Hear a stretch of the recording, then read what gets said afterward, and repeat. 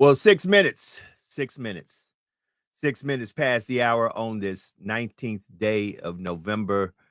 Welcome to hashtag Truth Be Told. Yours truly, Joe Dupree from 100 BLK, the Black Station, along with my brother from another mother. You know him from the open lines, online, and keeping it real with Reverend Al Sharpton, 1075 WBLS in New York City.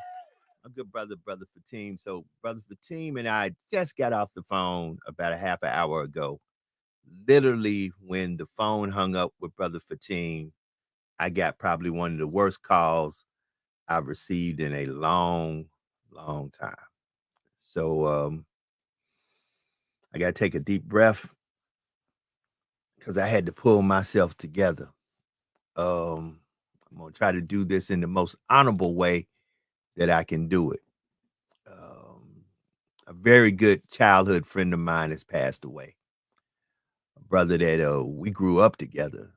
I brought brother James Vincent on here.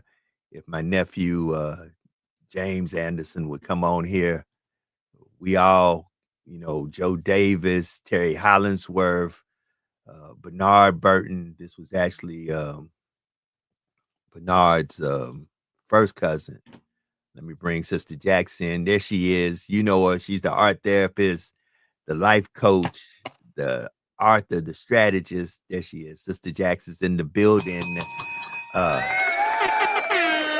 Sister Jax, that's what I'm talking about. I'm going to try to do this as honorably as I can do this and try to push my way through it because I had to pull myself together right after I got off the phone with brother Fatim. I got news that my childhood friend that I grew up with, Craig Sugar Bear Burton, has transitioned and went to be with the ancestors.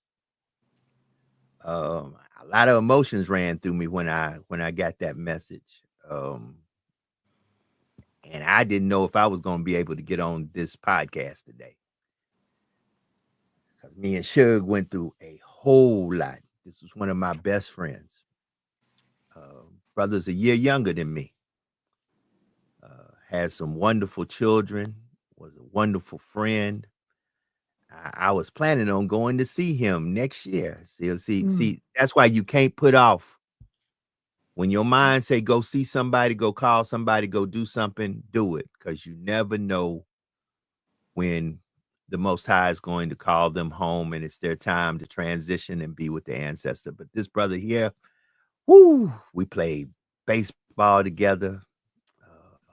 Man, his father was a mentor. We used to go to a place called the school campus in the small rural town I was in. We had a school that had 4 basketball goals, and we would go play basketball up there. And his father would educate us on things, and my dad would sit down and talk to us. So his sister Vanessa was my first crush.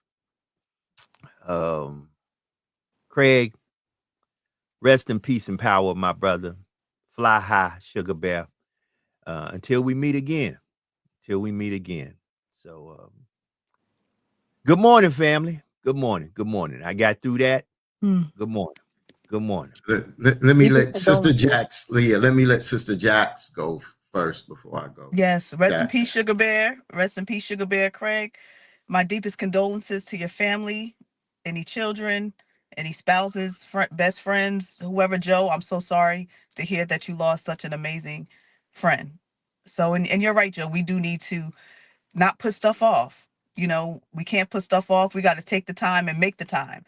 We're so busy doing other things, but so often we say, oh, I'll get to it later. I'll see you next time. And sometimes next time doesn't come. So prayers of comfort for you as well, Joe. Yeah. Go ahead, Fatim.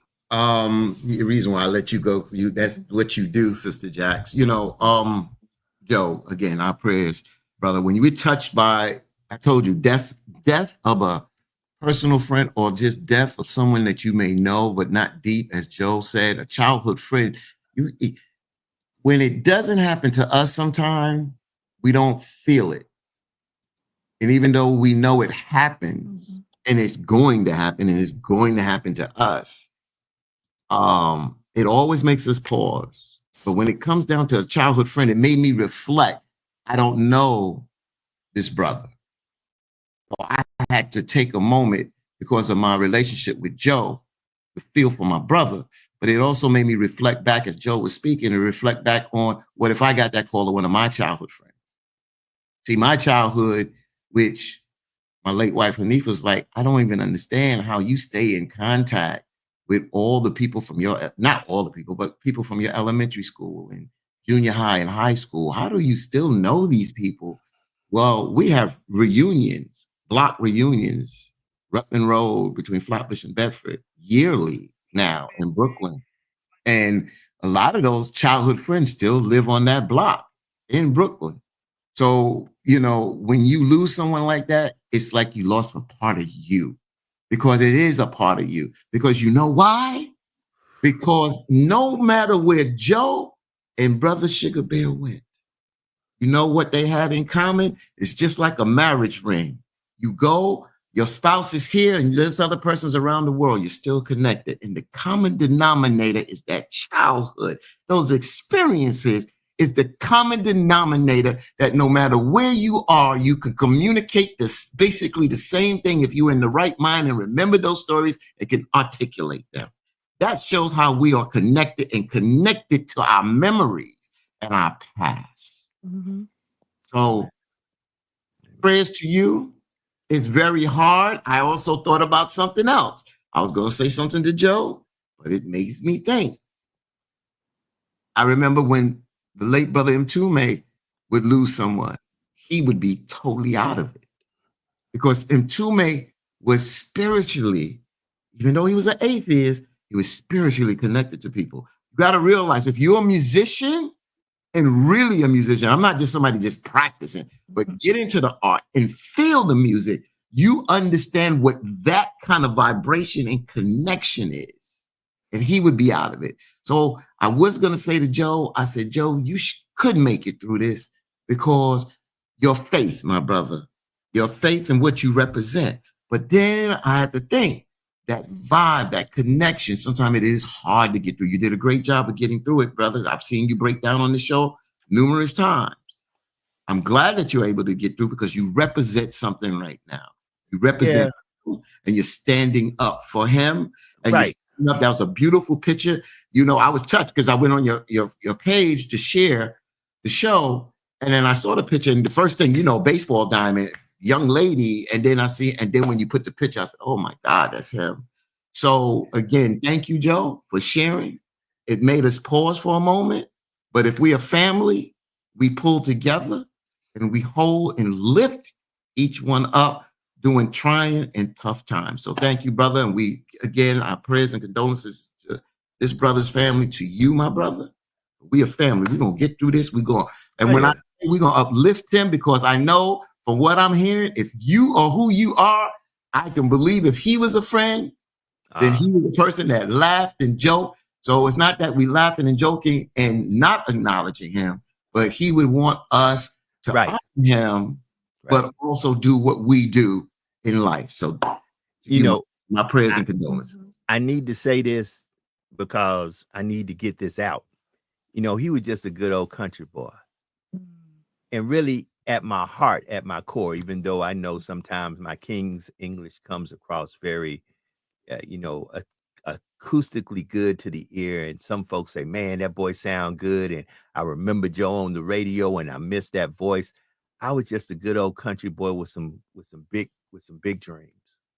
And Sugar Bear was one of those good old country boys I came up with.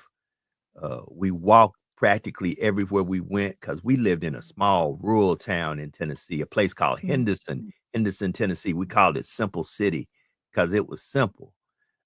Craig would help me.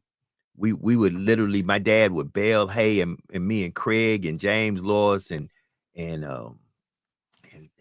different people, James Vincent, we would go help my dad put that hay. We would stack the hay and take the hay to the barn and unstack the hay, and we would go out there and work in the fields and get little money. You know, we would help.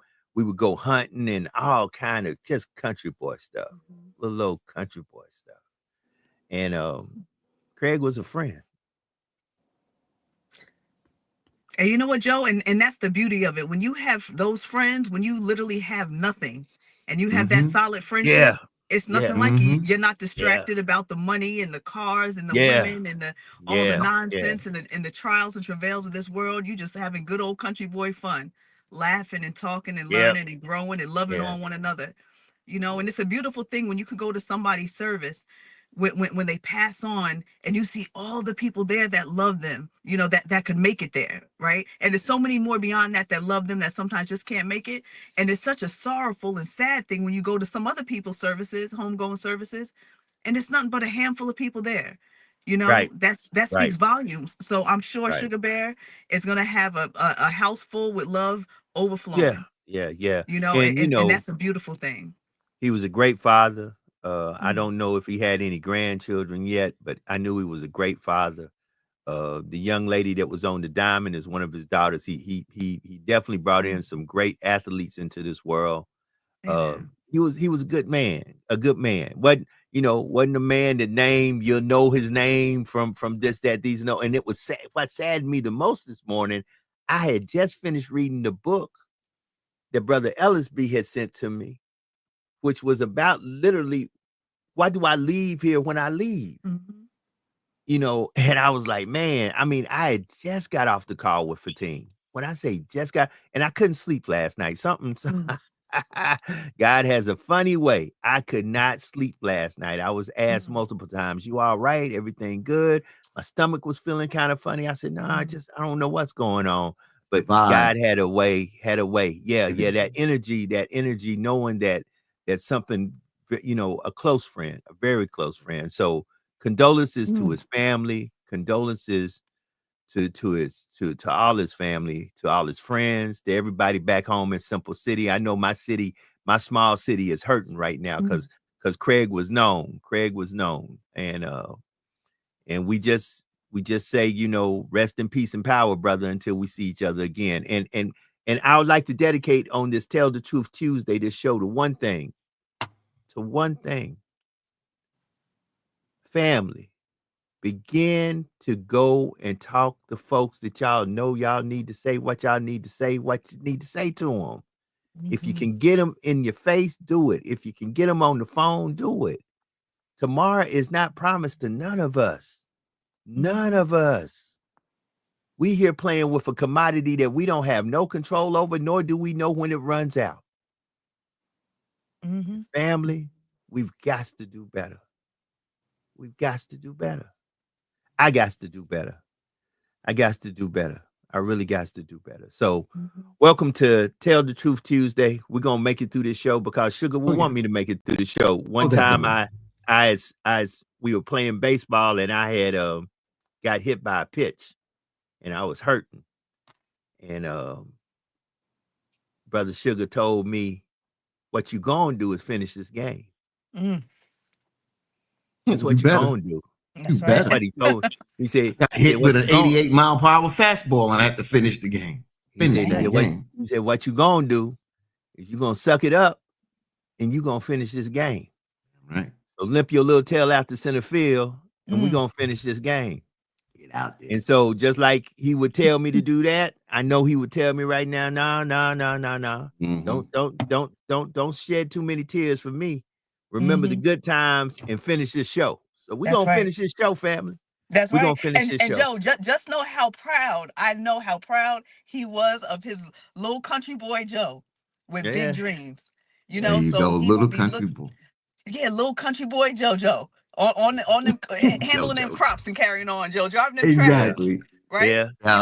I know he was so proud of you, Joe. So just continue to walk as the grief settles in, and walk with your head held high and say, "Man, I know I made my boy proud because, and I know he knows that I was proud of him." Hey, myself, him, I can name a lot of folks. If you ever went to the little small town I was raised in, and they tell you how I used to walk everywhere until I was about 16, till I got my first vehicle. Used to ride a horse. I showed up to school one time. I had to go to school and was running late and grabbed a horse. Saddled up and went to school and tied my horse up at the school. Wow, Joe. Now that's how country the little country town was I was from. And and we did some country stuff, man. We were really country, you know, and I look back at it being 57, and Lord, just knowing that a 50, I don't know, had Sugar made 57 yet, or was he 56? I know he was a year behind me in school, but nevertheless, that's just too young. That's too young. So family, I pray that it, you know, whatever it was, I pray that that is also a learning lesson that we've got to go get. Listen, family, go get checked up. Go get checked up. Go get checked out, and take care of your health. Go ahead, brother. Yeah. Let me put a little closure on this right now before we move on. Rhonda Hairston says, condolences to you, Joe. May the memory sustain you and the family. May the ancestors greet him warmly and lovingly. Jessica Dewberry, is great when you have these great memories to look back on. Jewel Wall sends prayers. A lot of other people saying things, but I'll end with this statement here. Marcus Allen says, friendship is essential to the soul. Friendship is essential to the soul. So for Brother Sugar Bear, I just want to give him the 3-bell salute.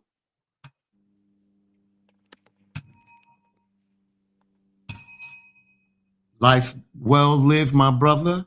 And as Joe said, he might have not had his name up in stars or the lights, but he was a giant to many. Remember that. Amen. Okay? Amen. Amen. Amen. Amen. And you know what, guys? That's what we have to think about.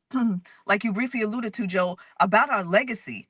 You know, when we're gone, what do we want to leave behind? Do we want to leave, you know, behind a lot of, you know, just bitterness and debt and anger and, you know, frustration and a poverty mindset? Like, what do we want to leave behind? I mean, like I think about you when you were just sharing the story about riding your horse. I would love to be your grandbaby, Joe. You know what I'm saying? Like, Jay Quest is gonna be so blessed to hear all these amazing stories about his. What's he gonna call you, Pop? Yeah, Papa Joe. Yeah, that's right, Papa Joe. That's right, Papa Joe. Like, I mean, if I was you, Joe, I would just say PJ. Okay, yeah. PJ.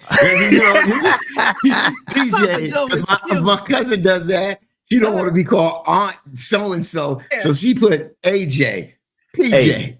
PJ. Hey, I ain't got no fear with this gray hair or my That's right. age. And at the end of the day, that's why I call him Quest. Because I'm always, every time I tell him, look, when you get with Papa Joe, no, we going on a quest today, bro. We on a mission. We on a quest today, partner. Yes, I love it. And I mean, you have such a rich history, Joe. I mean, from the moment you took your first breath, you know? Amen. And it's just like you have so much to offer and so many stories to tell. And I mean, Jay Quest is gonna be snuggled up in your arms and just listening and going fishing with you. And make sure you teach him the country boy stuff, because guess what? More of our young men and our young women need to know how to care for themselves off of the land and how to get around. These kids nowadays, if they miss their bus, they like, oh well, I can't go to school. You know, Right. They don't care. They don't try to find another way to make it happen. You were resilient. You was like, hell no, I'm gonna get my ass whooped if I don't get to school. You know, that part. that part. Yeah. These kids nowadays, they don't care. They don't give a damn about an ass whooping because they know it's probably not. It's a threat coming, but the whooping don't never get there. Right, you know? right. And that's one of the biggest problems nowadays, you know? So, I mean, you just have such a rich history and so much to share. And so, I mean, I look forward to, you know, being there and watching your journey with Jay Quest and seeing you as Papa Joe and Fatine. One day you got, what they gonna call you, Fatine? What's your name? I don't know, but I got something I want to piggyback into, but I don't know. You know me, I think of cool names and stuff like that. So I have no idea yet. You know, they seem like they ain't working on nothing, so I don't know what they do. You don't know what these damn girls doing. You can work for team. They ain't working. You want me to get to work? You want me to have another kid? Go for it. I can easily do it. I can pop one out. But I can't pop it out. Look, I'm sure you could. Fatime out there giving back. He in the schools, talking to the Sharon, reading books to the Sharon. Yeah, Fatime back in school. Now, here's my question. I got one simple question. And that's where I want to go with that. Did they fit you? How did they, first of all, could you and did they fit you in one of those little tiny desks? That's all I want No, to know. I didn't Not put his in one of the real deaths. I just sent you the video, Joe. I don't know if you could put it up Okay. real quick. Yeah, I can put it up. Let me put Yeah. it up. Let me put I Brother wanna. Fatim up. I wanna. First of all right. Since we on us, I want to give a shout out to the North Vista Elementary School in Florence, South Carolina. My cousin Angel Brown and her girlfriend Savette Gandy invited me to speak to the children, or read, not speak, but read to the children yesterday. It's a program that is implemented to get more men back into the schools to participate with the children. I didn't know it was I thought it was just a reading program, but it's about men, which when my kids were in school, in elementary school, the parent coordinator, the PC, which was a new position created back then when my kids were in elementary school in the public educational system. It was like a conduit between the parents and the teachers, similar to the PTA, but it wasn't the PTA. And me and this young lady created a program for fathers, men, male mentorship to come back into the schools, because we have a lot of women teachers, a lot of parents, parental folks that are female, and we wanted to do that. So this program was that. So I just want to shout out them. And these children, these were kindergarten kids, and they were just filled with energy yesterday. And it just, I don't want to say it left a tear in me. It didn't leave a tear in my eyes. It just warmed my heart. And it feels like you're giving back. And that's when you say, what do you do, Jax, to leave this legacy? Of course, for family, raising my daughters, out at the softball game last night at my 8-year-old cousin Harmony's softball game last night, after speaking with the children. This is what we do. So this is one thing I was concerned about when I was living in New York. My little cousins that were being born in the South, they wouldn't know who I really was. My cousins in New York do, but not here. But now they know me. So when I go over there, 15, I ain't one of them. They got to call me Mr. No, this 15, I'm cool. I'm not like that. That's my name. Kids, I'm cool with it. They're not disrespectful. They're acknowledging me. They're calling me my name. I'm fine. They ain't got to put no Mr. in front of it. I'm cool with that. I introduced myself to these kids that I didn't know as Mr. Fatim yesterday, because their parents could be teaching them that anytime you speak to an adult. Yeah, so you understand, but with family, respect. I don't put that emphasis. I'm not like the old school, like my parents was. I'm just not like that. But I just wanted to give them a shout out. If you don't have to play the whole clip, you could just play a little bit of the clip. I'm gonna play the whole clip. We're playing the whole clip, man. No. What do you mean? We're playing the whole clip, man. Wait a minute. Oh Lord, No, because I ain't editing. We gotta see what Brother Fatim doing here. What he do? There you go. You hear people say on the radio, and you hear people talk on the radio, right? I work on the radio. I talk on the radio. I know famous people, famous singers, famous people like governors, mayors, singing artists. Mr. Who?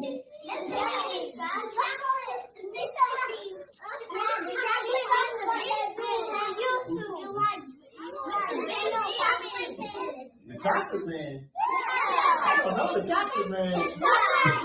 Chocolate Man.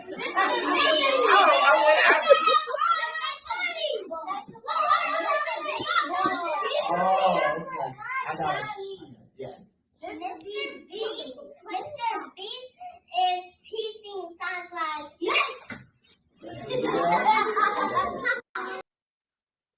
Boy. And you know, but you stop. But I just want to say that I shared this on a reel on Facebook and Instagram yesterday, and the pouring love of some of the people in the chat, and the pouring love of so many other people. Mr. Sammy Davis, I saw him log in this morning. He comes on periodically, and he's one of our brotherhood brothers, Brother Joe. He said, this is what it's about. It's about the children. It is about the children. And the song I put up there is the greatest love.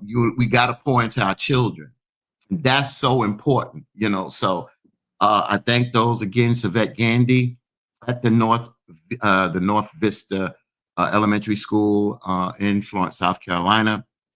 And my cousin April Brown, who, it's been a tough year for her. She lost her husband on Mother's Day of last year, and she has they have a beautiful, beautiful daughter, Caitlin Brown, who is just phenomenal. Dance. She's on the cheerleading team. She probably could have made a cheerleading team if she went out in the 9th grade, but she did it in her senior year. I went to her first game football, and now my cousin says, "Go get your pass to come to the basketball game." So I'm gonna be out there. That's what I do. I was front and center last night. I went to the school, Jax, came home. Oh. Thank you, Casey. Casey's in here because I was sleepy. I was tired. Joe and Jax called me. I had Casey on the other end. I had to get out the door, came home. I was so tired, and Casey happened to call, and I was cooking, and I didn't want to sit down because I didn't want to nap, fall asleep. It got me through. I cooked. I told you I had to cook. And then I went out to the softball game, came back, and then did a little phone thing last night till I went to bed. So thank you all there. So that's that.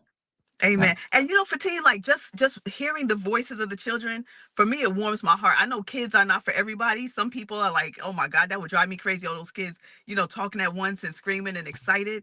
But for me, it just like warms my soul. And to see especially a Black man, in there, a big old giant Black man, at that, a giant Black man, read into those babies. It's just like, Fatine, you don't understand how that could change their lives. Now, Fatine, when we get that book done, my brother, and you go back in there and they introduce you as an author, I know the feeling.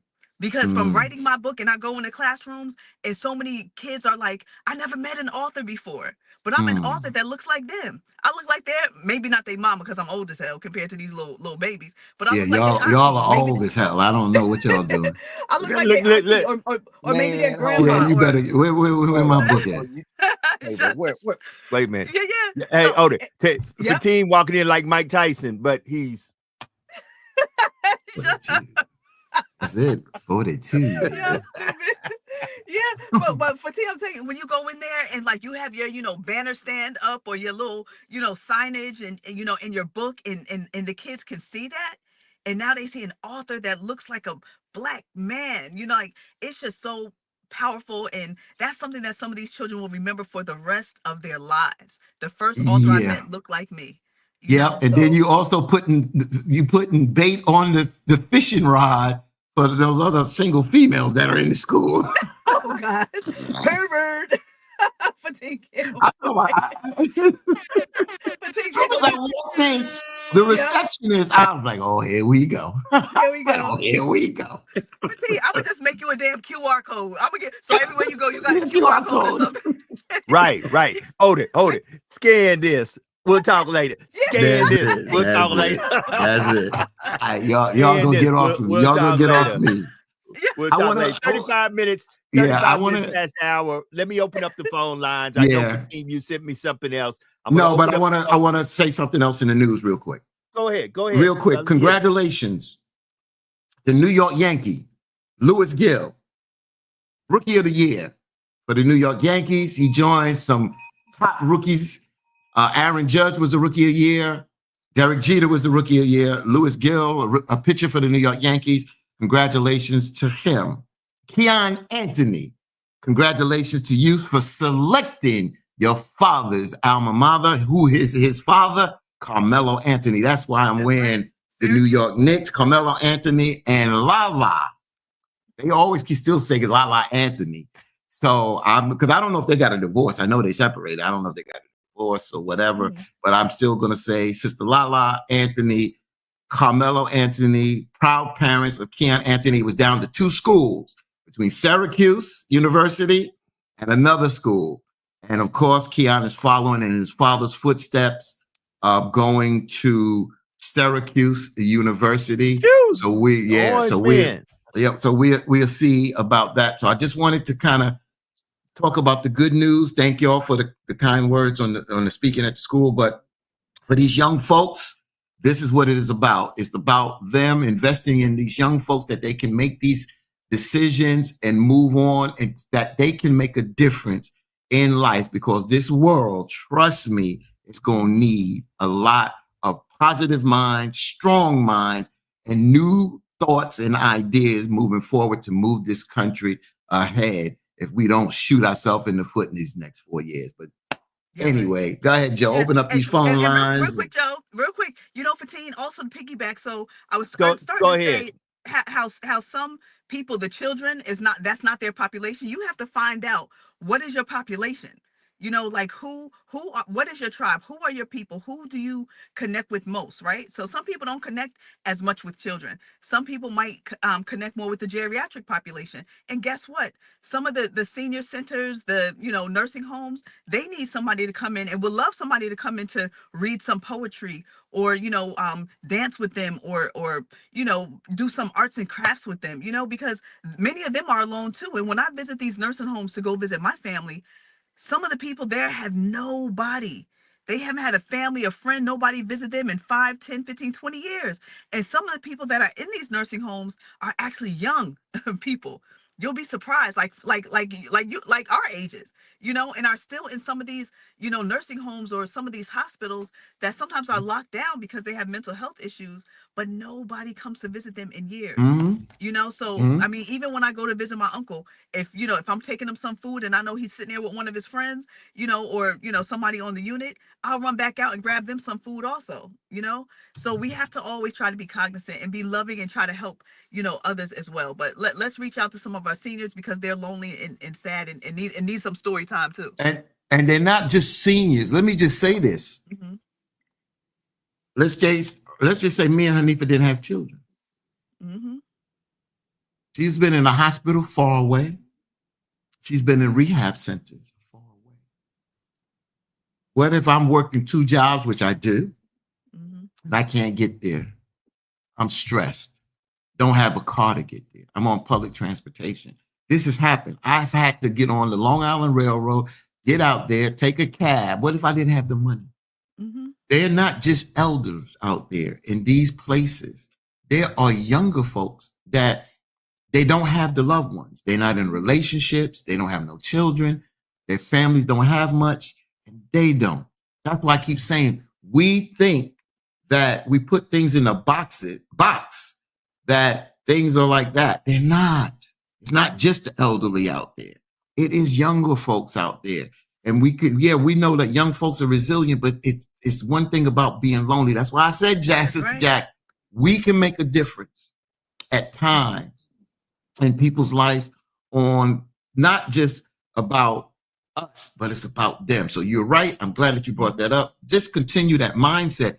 There's nothing wrong with thinking of yourself to make sure that you're good, but also try to give back because it makes a difference. You know, if I could do something Thanksgiving, I'm just really busy this Thanksgiving. I gotta travel or I gotta go pick up my daughters from the airport. Well, not the airport, but Charleston, this, that, and other. But if I could volunteer, or if I can volunteer like a Wednesday or a Tuesday at a place before I'm on vacation next week, if I can volunteer and I know a place where I can go to see if I can, I will. Amen. I will, because that's what makes a difference. I keep saying we can talk the talk. That's why I go hard at people just in the chat that just talk and don't do crap. That's right. why I went at that brother last week. And then he said, I'm not a brother of service, but you could criticize everything. You can criticize everything. That's why I don't have really much respect. I tried. But then when you say, well, I ain't that person, but you want to sit back on that chair and spew all this, that's why I left the show. And I will not stay on the show if he ever comes his face on this show, because I lost respect for you. Don't criticize and then say, I'm not willing to do that work. Then I don't have nothing to say and I won't share a platform with you. I'm not, unless you're going to change your mindset. And you don't live your life for me. So you ain't got to change your mindset, but I ain't got to sit here and listen to your crap. Well, and you're right, Fatine. We got to do the work. Go ahead, Joe. Yeah, phone lines are open, 225-250-8770. Fatine, you mean your daughters are going to be out there with the 18 million other travelers? If they can get out of New York next week, because they got storms coming next week that's going to disrupt air travel. Right. So storms. Oh, I didn't hear about that. Oh, yeah, they're going to rip the country. Yeah, well, you know what? It's wildfires everywhere. Like in Jersey, like my husband and I Jersey, were on our way to Brooklyn, Costco like 2 weeks ago, and it was just a random smoldering fire like on the side of the road. you know, and then on our way back past it, it was blocked up, traffic, you know, fire trucks and everything. It's Whoa, whoa, wildfires. whoa, whoa! Like, Small fire?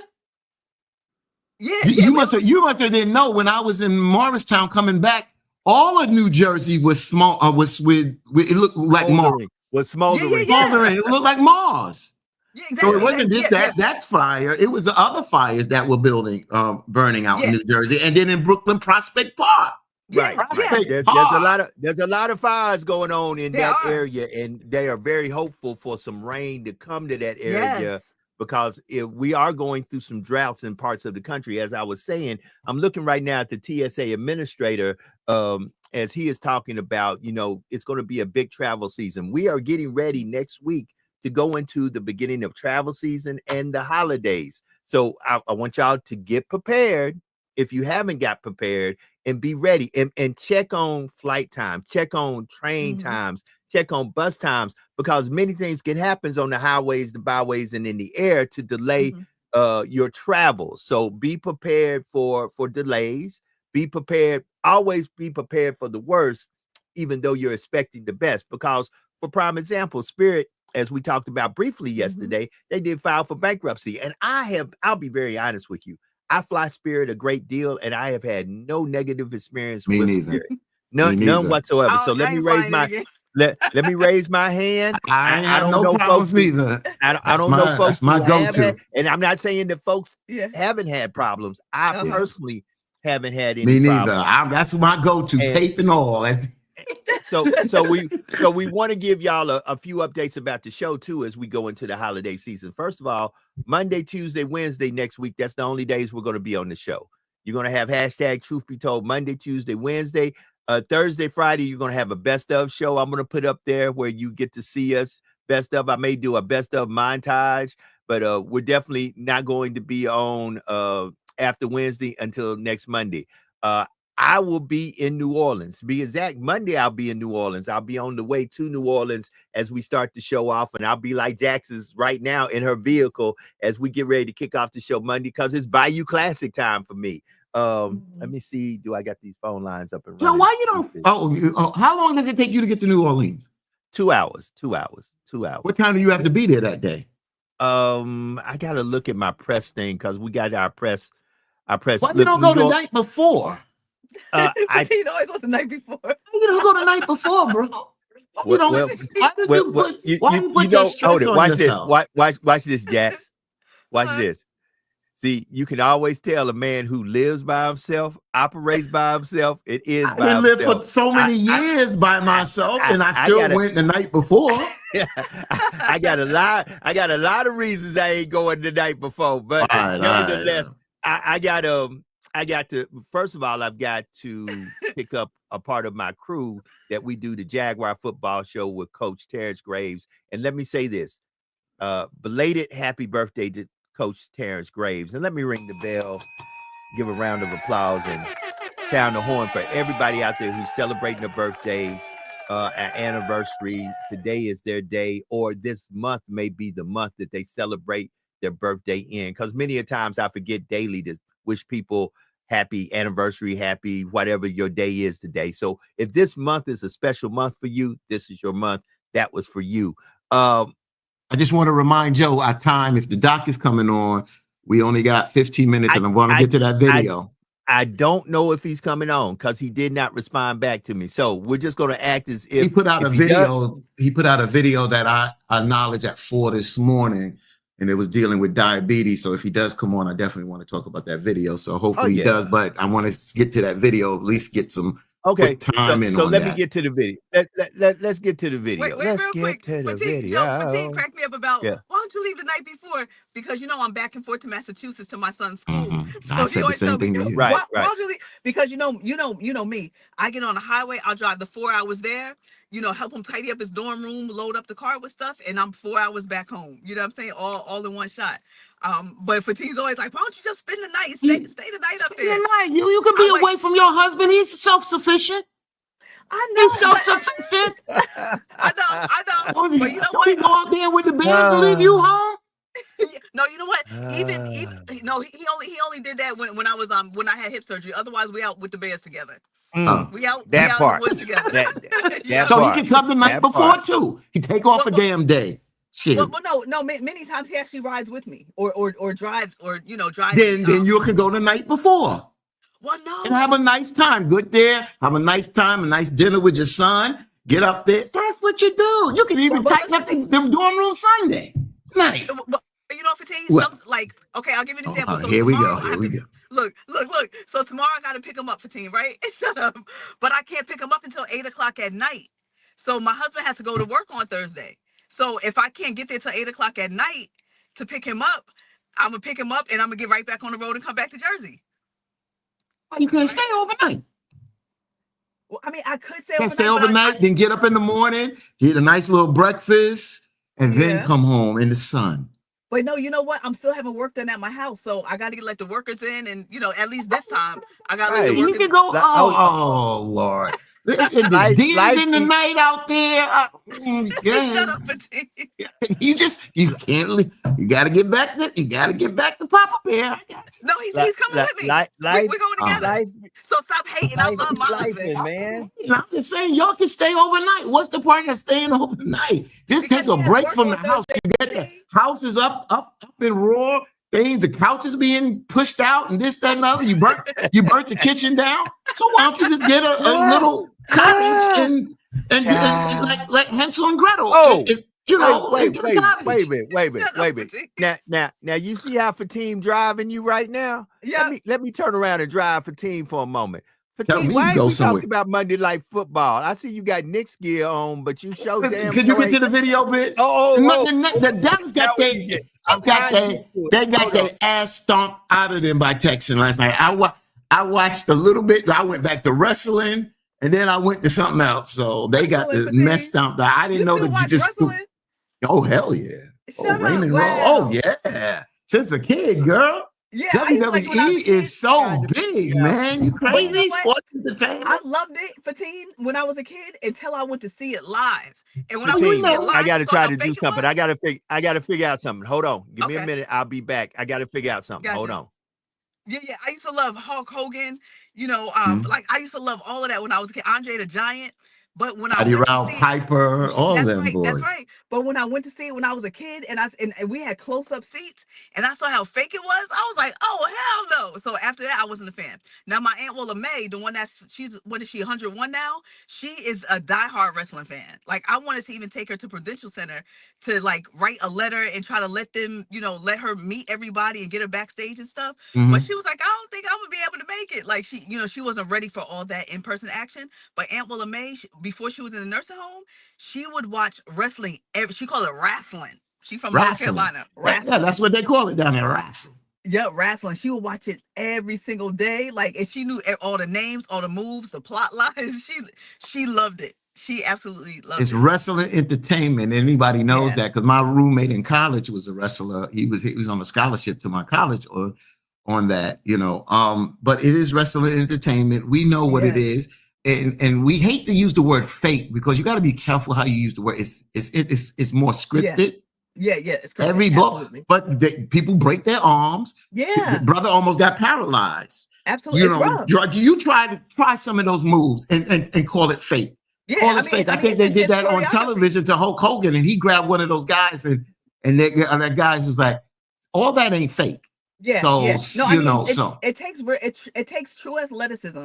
It takes Yep. true skill and Yep. discipline. I mean, it's a lot that goes into it. And you still so- get hurt. People jumping on you. Oh, You got 300 break your neck. 300 pounds, somebody jumping on you. That's real. They're not jumping on you from up on top of the ring. And then when they come down, they land on you like a Q-tip. That don't work. Yeah. They're landing with their body. Most of the time, you'll see the guy on the ground. He'll brace himself at the last Yeah. moment so the impact won't hit direct on the top. But that can hurt you. That can yeah. hurt. People have been hurt. People have had their heads busted open.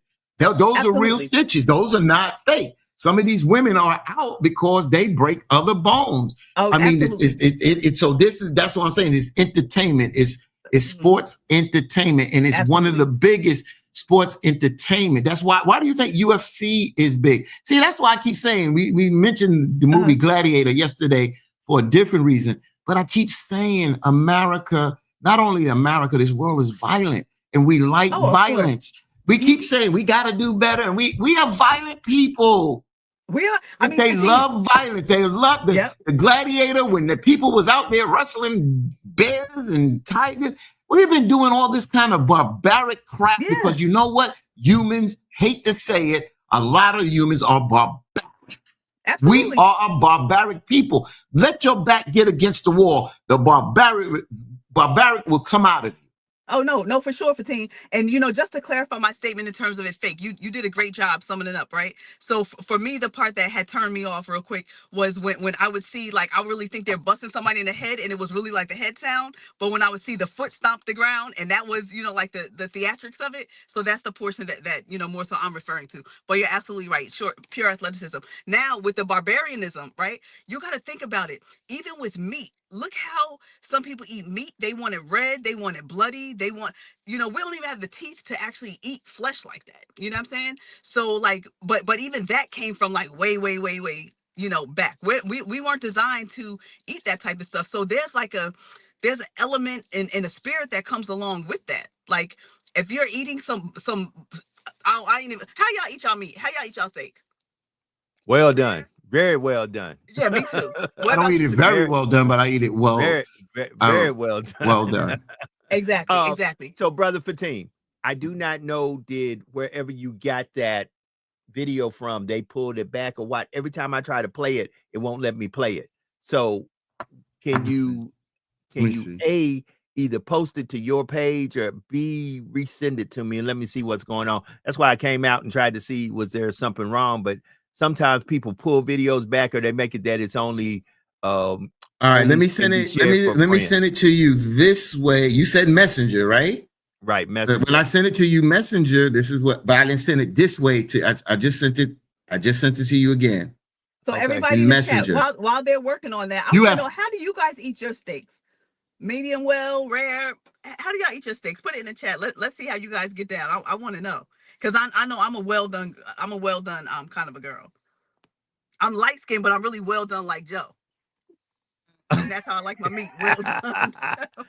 It won't play. It won't play, brother. I don't know why it won't play. Now, your other video that you sent me played, but that one won't play. I can do it a different way. I can do it a different way. I got to record it. I have to record it. It's going to look a little, let me record it. I'm going to set it up as a record, and then I'll record it, and then I can send it to you that way too. Or you can post it to your page. If you post it to your page and then just let me put it up, then you can take it down after we finish talking about it. You said post it to my page? Okay. Yeah, to your Facebook page. Yeah. Hold on. Joe, what's in the chat? Because I can't see the chat from here. So, okay. What type of, how do they like their steaks?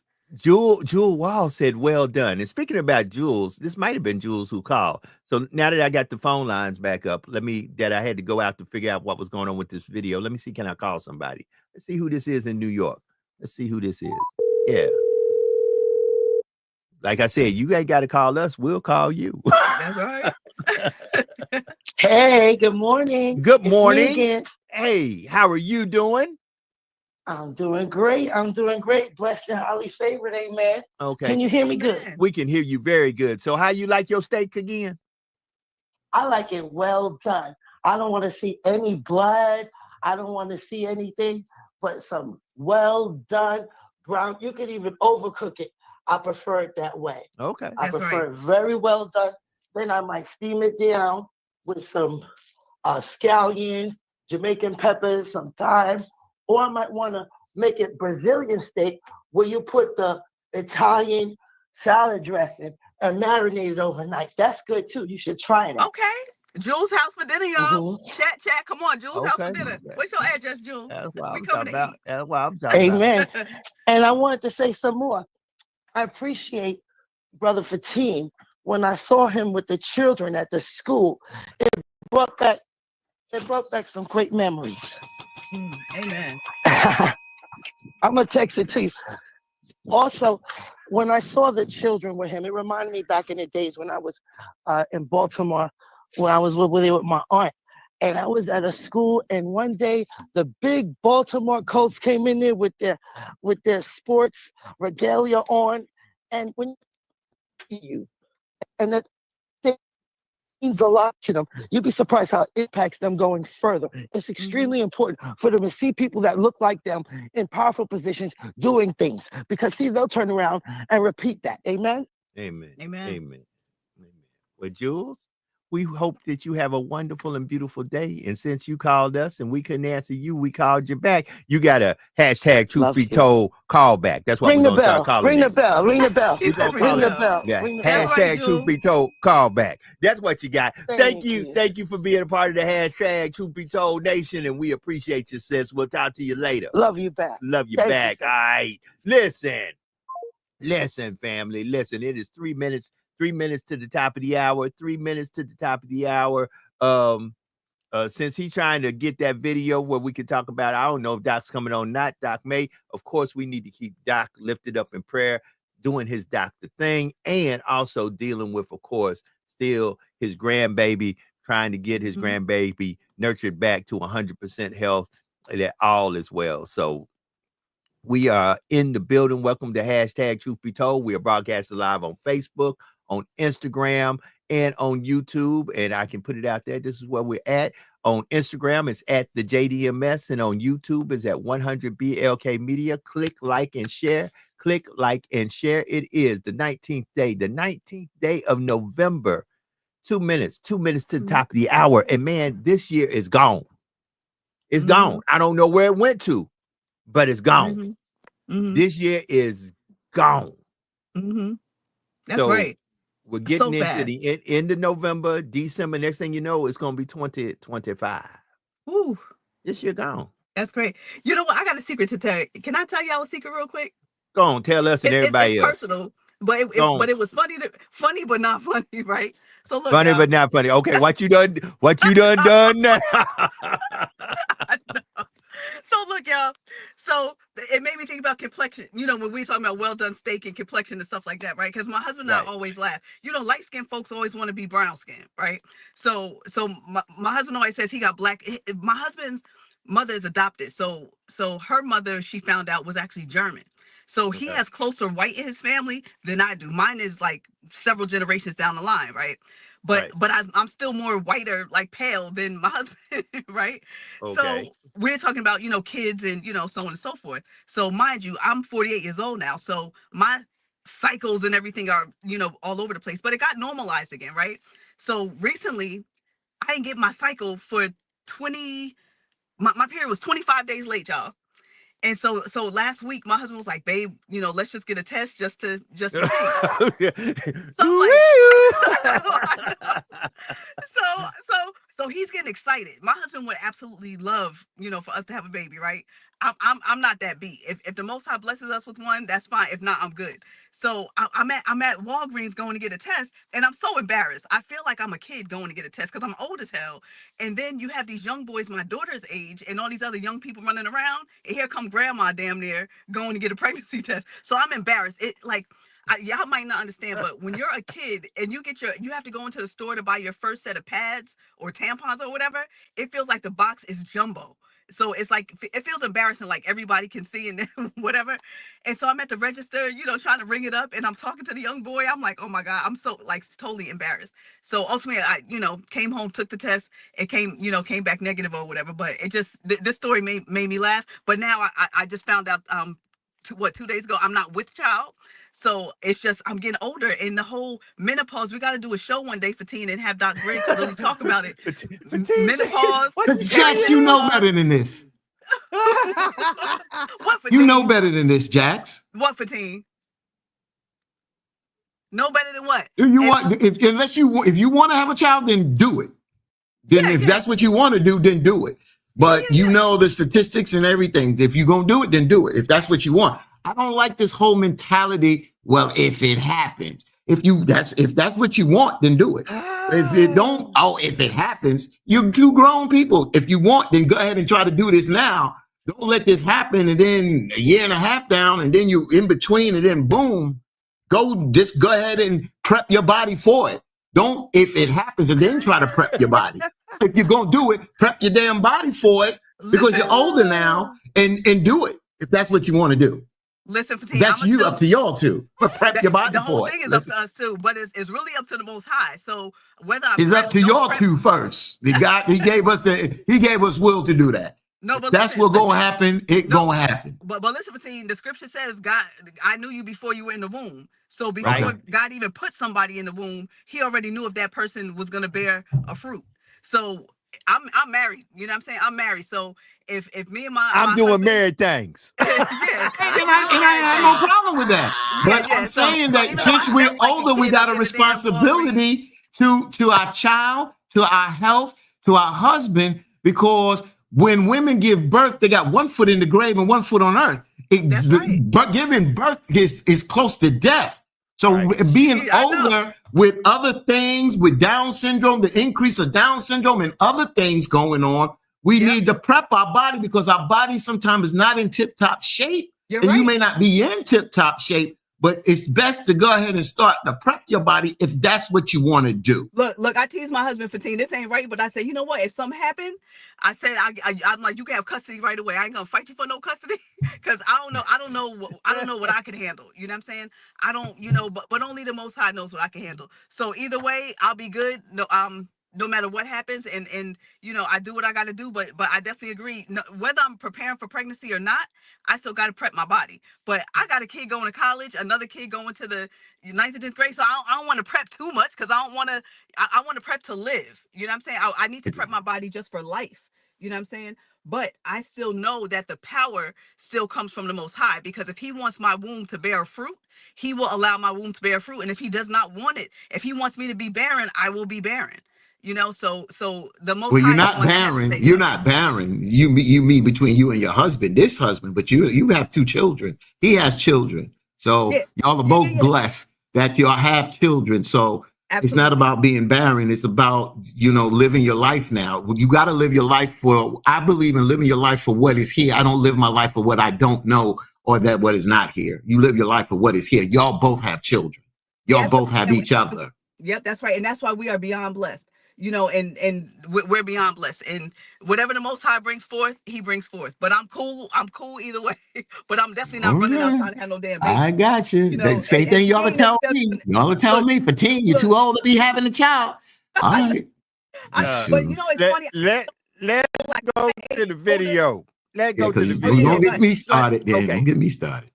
Let's go to the video. that's Here we it. go. Video start Yeah. now. You people. You're not a race. You are a virus. You destroy the world. Everything beautiful you poison. You drag us from our homes. You rape our daughters, murder our sons. You crack our spines and do all you can to break our will. You stab us. Then you put the knife in our hand and tell us it's our fault.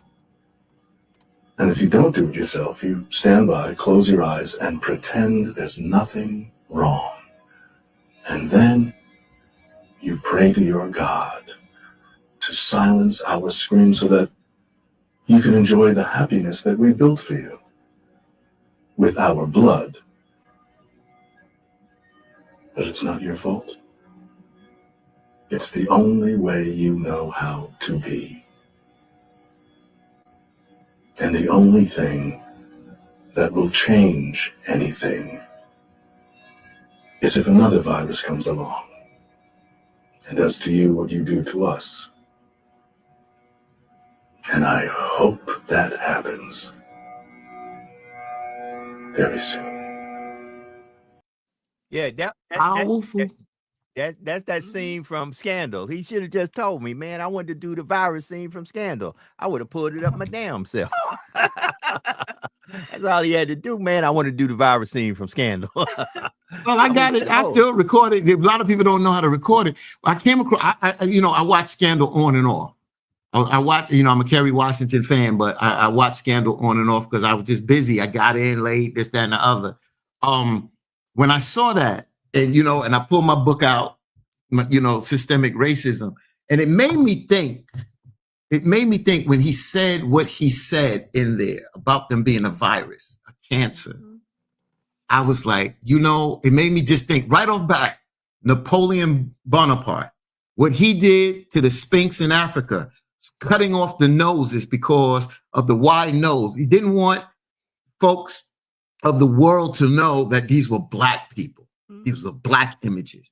Everywhere they have gone, I decided, and I was just telling Sister KC last night, Saturday, and then yesterday, I just went back to, it wasn't the Me channel, it's INSP channel, and I started watching Wagon Train. You understand? Bonanza, Gunsmoke. I watched the rest of the Westerns, and I saw I said, how you know about them shows at 42? Yeah, my great grandparents was watching them when I was, you know, in the stomach, you know, like you say, in the womb. Wait 1 minute. Hold on. So I hate to say this, and you know, and I played the video, so I got the doctors coming in on this. I watched what the white folks did to the Indians. I watched what the white folks did to black people. I watched what they've gone to everywhere they have gone. So in that video we played, when he said they're not a race, they are a virus. This is not a broad brush, but this is the antidote. This is the situation. Everything they come into, they destroy, they conquer, they go after, they kill, and they maim. And then they want to pray to God and then look at it like it's our fault. And that's why I want to play that video. But since we have Doc, we'll bring this back tomorrow. We'll bring this conversation back tomorrow because we have to break this down, because this is what we're trying to explain to folks, but folks just do not get it and then complain when certain things happen or certain systems are set up that go against you. It doesn't mean that you don't stand up and fight against those systems, but you have to understand. And that's why I keep saying, once you know a leopard with his spots or a zebra with their stripes, they don't change, and you know the nature of them, then you're never surprised by their action because you know their nature. If you go out in the ocean and a shark bites your ass, excuse me, Doc, but that's how I am this morning. It bites your ass, don't complain about the shark. The shark is doing what the shark does. Understand people's nature, watch them and see, because I'm telling you, it comes out. It's nice when you just at the job, good morning, good afternoon, how you doing? Let something happens and people got to be backed into the wall, into the corner. You see their true self come out. They see their true self come out. So I'll leave that there because we have the Doc here. So let's go ahead, Joe, introduce the Doc, because I want to bring up something that I saw with the Doc. Diggity, Doc in the building. Listen, family, telling y'all you need to get it going, get moving, get up, get it right. Your health is your wealth. Good to see my good friend, brother, Doc Griggs. Doc Griggs, bruh, I was hurting this morning, man. I was hurting bad this morning. I had lost a very good friend of mine, and come to find out that he had a surgery. I haven't got all the details yet. Be exact, people are actually sending me messages and stuff as we stay on here. Brother was 1 year younger than I am. I am 57 years old. He has now transitioned at the age of 56. And all I can tell y'all is, man, make sure y'all take care of yourselves. Get out there, get yourself checked out, know what's going on. I am a diabetic. I am a bad diabetic. I have had 2 bouts with ketoacidosis. My blood sugar went up one time to 1,200 and something. And I went into what they call a diabetic coma. I was actually paralyzed from the waist down. The blood in my veins were like KO syrup, as the doctor described it. Dang. But like sugar in a gas tank. I'm here to tell y'all, this is serious. You need to health, diet, exercise, check doctor regularly, get you a CGM if you don't have one. I have a CGM. And Doc, let's talk about these diabetes. I see you did a video out this morning where you were educating the folks about the big D. As I tell people, and it's funny, my friend that passed away, his nickname was Sugar Bear. We used to call him the Sugar. Tell people about country folks around our area and say, you got that sugar. Yeah. Yeah. Tell them I- how I deadly saw- that I sugar s- can be. I saw that video this morning at 4. I'm the first one to acknowledge your video this morning, my brother. When I saw it on diabetes, I didn't know Joe saw it, but that's where I wanted to go as well. So let's jump in this, since November is Diabetes Awareness Month. Let's go. So I want people to understand, we do call it the little sugar. I'm from like 4 or 5 generations of diabetics in my family. My grandmother, my mother, my sister had gestational diabetes, my uncle, my great-grandfather, all of his brothers and sisters, to the point that as a child, I can remember everybody sitting around talking about they shots. I can remember them mismanaging at the time, managing, but it turns out it's mismanagement of eating what they want at Thanksgiving and pies and cakes, and then taking an extra shot, thinking that's the way it works. The problem is it doesn't work that way. Let's start with a basic lesson about diabetes and what it isn't. So when your heart fails, you call it heart. What do you call it? If your heart fails, you call it heart Heart attack. failure. Heart attack. failure. Heart Your liver fails, you call it liver. Liver Failure. failure. If your kidneys fail, you call it kidney. Failure. Failure. If your pancreas fails, you call it Pancreatic failure. diabetes. Diabetes. That's what you do. Diabetes. That's Yeah, correct. what's You call happened it diabetes. There are two main types of diabetes, type 1 and type 2. Type 1 is more congenital. It can be from the inability of your body to create adequate insulin. What is insulin? Everyone hears about it, and there's word identification, but insulin actually works to push the sugar into the cells. It takes it out of the bloodstream after you eat and puts it in the energy, opens the door so the energy can go into the cell where it actually works. It's like the doorman at a club, right? Like y'all can't get in unless I look at your eyes and let you in. What happens? Right. So what happens is, as you eat, your blood sugar goes up. There's signals to your brain, which is why you have to be careful with some of these sugar substitutes, because what will happen is, as we eat, it's very orderly to let people in a club, right? One at a time. You're going in. Hey, everything works as well as it does. Then all of a sudden, you got Beyonce, Usher, whoever they find out they're inside, and then they bum rush the door. Well, that's what happens when you eat large meals. And what can happen is the doorman, the insulin, can send a signal up to the brain. Hey man, they bum rushing the door. We need help. So you can imagine everyone coming in from upstairs, downstairs, everywhere, bum rushing the door because they're hearing that it could be 100 people, and it turns out it's only 10. So that's what can happen when you overeat. It's that is the work that you're doing on your pancreas. It's like going down a long street with a bunch of stoplights and mashing the gas, slamming on the brake, mashing the gas, slamming on the brake, to the point that the insulin stops coming or it stops going in. Oh man, Joe tripping. He don't really need this. It's called insulin resistance, Right. which means you can eat a lot, and they're never going to open the door. They're just not coming. You've overworked them. You burnt them out. They don't want to work anymore. Now we're done. And that's when you have to get a little help, someone with a master key to come open the door with these drugs to open the door. Now, when you think about, I want to relate this to size. 40% of the general population they're saying is obese or somewhere on the scale, or we're trending that way.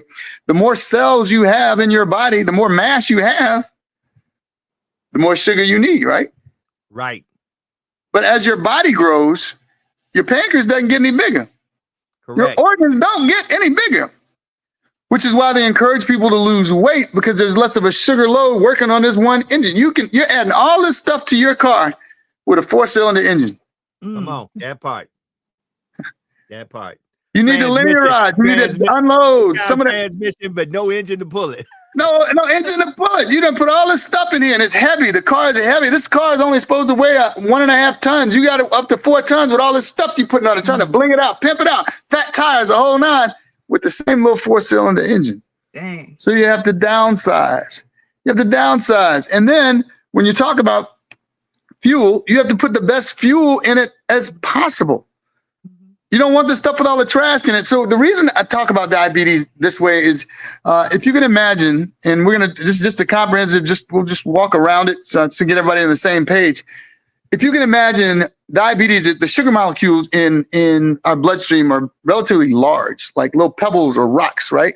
So you can imagine them floating around, doing their job, waiting to be put into the cells. Boom, boom, boom, boom, boom, boom. But imagine overwhelming that watery system with a bunch of rocks that'll clump together and float around. And rather than going in, our bodies, when we filter out, well, first of all, let's go here. Let me go here. Those rocks are going to scrape the insides of the blood vessels, right? Because they're so big and there's no direction. They bang around, right? So things will get sticky. And if the inside of the blood vessels get sticky, what can happen? They close up. Builds up plaques, and then Yes. it restricts. Yes. Then all of a Yes. sudden you got a stroke. Yes. Mhm. Yes. Which is why diabetes is considered heart disease. Right. It's a risk factor for heart disease. Now, think about this. I want you to think about the fact that the blood vessels get smaller and smaller as they go from our central system, from the heart, right? The aorta goes out to the small vessels on our tips of our fingers, tips of our toes, tips of other appendages, tips of our nose, behind our eyes and our kidneys, right? Now, let's just talk the kidney. Let's talk there first. The kidney is a net that holds in everything it is that you're supposed to. It holds in sugar. If you're spilling sugar, something's wrong. It holds in everything you need and filters out everything you don't. What happens to that net if you keep throwing rocks at it? Mhm. Gonna have It's gonna holes. It's gonna break. Like a screen on a window, right? It's gonna make It'll the break. holes bigger, and it's gonna spill more. Yeah, so that's why when you're not taking care of your blood sugar, if you see sugar in your urine, Right. Mhm. you've overwhelmed the system and you have damage. You have kidney damage. Now imagine these same rocks and then what's happening in your kidneys. What's another thing that they check with diabetes that you always have to get checked?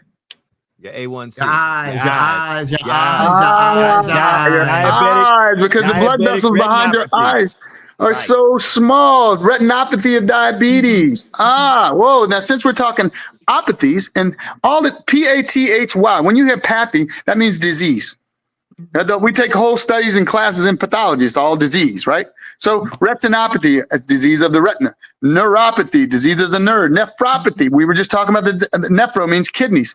But let's go to neuropathy. So if you got the rocks going out, damaging the small blood vessels, and the blood vessels have to innervate the nerves in the spaces, right? Right. If you stop the blood flow and the nerve starts to die at the appendages, you can end up with things like erectile dysfunction. Right. You can end up with sores that won't tend to heal on your nose, but you can also, what's one thing that they always do, and they'll clip your toenails? What do they always check? Your feet. They check your feet because those Check your feet. distal, those nerves get damaged and you don't feel when you step on things. And what happens to your blood flow? If you crowd up the waterway of your blood with sugar and you start to damage things, what happens to the blood flow? Does it speed up, slow down? What's it do? Slow down. Oh, so if it slows down and you happen to step on a nail that you don't feel and the blood can't get there to heal it, It's what gonna become happens? an open. It's gonna become an open You sore get that it doesn't gangrene, and the heal. next thing you know, then you it got to becomes amputate a right. foot. You got to amputate. And if you a foot. amputate a foot because some of the bacteria put off a gas, they go up higher and higher, and you need to cut up past the gas. What happens when you lose that toe? You lose that foot, then you lose, The leg. Mhm. Right. and then you lose your life. Right. The average lifespan of someone that's had an amputated limb is like 5 years. And peripheral. So diabetes is considered a peripheral vascular disease. So again, I go back to the fact that when my uncle made a statement, he said, diabetes is a disease that you'll never, if you have diabetes, there's never a time of day where you don't realize that you have it. So Joe, you talked That about part. that's why That I'm part. really excited about. Instead of pricking your fingernail, there is the technology for you said CGM. It's continuous glucose monitoring. It measures your interstitial glucose. You can approximate. I actually have to put mine on. Mine finished yesterday, day before. I got to go put mine on. I'm not diabetic, but I teach about diabetes. And what I love I use Stilo. It's about Dexcom, and there's a window and a range that you eat in. And I get really upset. Even if I'm not diabetic, I get mad when I go up over my blood sugar. But what's beautiful about it, because I don't have diabetes, my body responds appropriately. If I eat a big meal, the exact number of insulin comes down and I can feel it. I can get a little sleepy. And then it goes down steadily. What happens with pancreatic, before your pancreas actually properly fails, let's just say instead of fails, it just improperly works. What happens is you might have a spike of sugar, and instead of the signal going up, hey man, it's 10. They got 10 people at the door. Man, they got 1,000 people down here. Do something. We about to die. And all of a sudden, you get an army of insulin. Whew. Right. That Thanksgiving-itis. Hey, Mhm. hey, and that is more deadly than high sugar. Low sugar Absolutely. is more deadly Exactly. than high sugar And- any day of the week. And I go through that with the pills that I take. But I want to ask this, Doc, because when my wife passed, well, two things. I want you to explain, because you said it, and it probably went over people's head, and I'll bring that up. But when Hanifa passed, I had her cousin officiate the New York service, and she explained that not only does she have a monitor, she has something that injects insulin if her blood sugar goes too high, it automatically injects. So I want you to hit that, but you said a word that might have go over people's head that I heard first when my wife was pregnant, gestational diabetes, and they said, we're gonna have to watch this, because I remember them talking about protein in her urine, and then they talked about gestational diabetes, and then they said, right now you don't have diabetes. It's like you develop it during pregnancy, and it probably will go away, but you have to watch for that in the future. And she did become diabetic later on in life. So can you speak to those two things? Yeah, gestational diabetes. If you are genetically predisposed, now let me put this out there real quick. We talk to our genes. I was here, unfortunately, during Hurricane Katrina, and a doctor without patience is what? A dude that need a job. So I ventured into the world of construction, became a mold remediator. Air duct cleaning specialist, indoor air quality specialist. We would do demo houses. We did it. Ended up on this old house. We did very, very, very well. We're doing extremely well at it. So my grandmother saw the episode on national TV and said, I know I ain't send you to all that school if you be climbing in nobody's attic. If you don't, so she made me get rid of all my stuff. I said that to say, I ventured into the world of contracting and construction. And one of the first things that they told me was, when you feel like you're falling off the ladder, jump. I'm like, what? Yep. He's like, dude, if you're up at the top and you feel like you're about to fall, I need you to jump. And I'm like, dude, he's like, think about this. When you're falling, what are you afraid of? You feel like you're out of control. If you immediately think, hey, I'm slipping, I'm going to jump. You look down, you assess how much room you have to land. You start planning the way that you can fall or land with the least damage. And matter of fact, you try to land on your feet, but it's a matter of control. It's how we talk to ourselves, and most importantly, how we talk to ourselves. If we're on the phone right now and I'm like, man, these kids down the street, boy, they're cutting up. I can't hear. Boy, they just cussing. They're at the bus stop. They're just fighting and da-da-da. And then like, Doc, that's not your kid, huh? Wait, what? My kid? Hold on. Whole different frame of mind, whole different reference. I'm going down there. I'm about to shut this down. I'm about to bring my kid in here and talk to the others, right? Well, it's the same thing when we talk to our bodies and we make reference to, if I tell you that, generally hypertension, is that good or bad? Bad. Bad. Diabetes, good or bad? Bad.